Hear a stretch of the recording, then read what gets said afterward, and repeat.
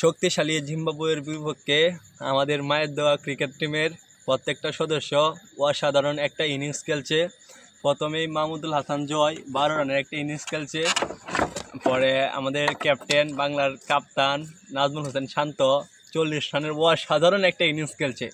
মুমিনুল হক অর্ধশতক করার পর তার অনেক ঘুম পাচ্ছে, তো সে 56 রানের ইনিংসটাকে সমাপ্তি করছে। আর আমাদের আয়না বাবা মাত্র 4 রান করছে।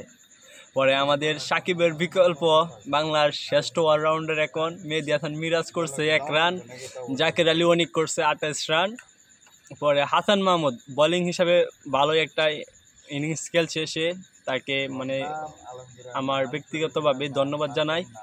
আর মায়ের দেওয়া ক্রিকেট টিম সর্বশেষ 191 রানে ইনিংসটা নামিয়ে আর বিপরীতে 65 রানের মতো জিম্বাবুয়ে তুলে ফেলেছে কোনো উইকেট ছাড়াই।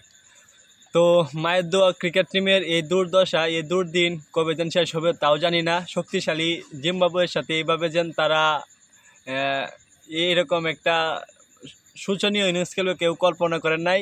তো শক্তিশালী জিম্বাবুয়ে এমন ফর্মে আছে, তারা এখন বিশ্ব চ্যাম্পিয়নের মতোই। কেননা বাংলাদেশের বিপক্ষে জিম্বাবুয়ের টিমটাও অনেক কিছু, যেমন রিয়াল মাদ্রিদ বার্সেলোনার খেলা যেমন ফাইটিং হয়, আমাদের জিম্বাবুয়ে এবং বাংলাদেশের খেলা আমাদের তেমন ফাইটিং হয়। তো সেই গুরুত্বপূর্ণ হাই ভোল্টেজ ম্যাচে আমাদের সোনার ছেলেরা, দামাল ছেলেরা অসাধারণ কিছু ইনিংস খেলছে, যা আমি একটু আগে বলছি।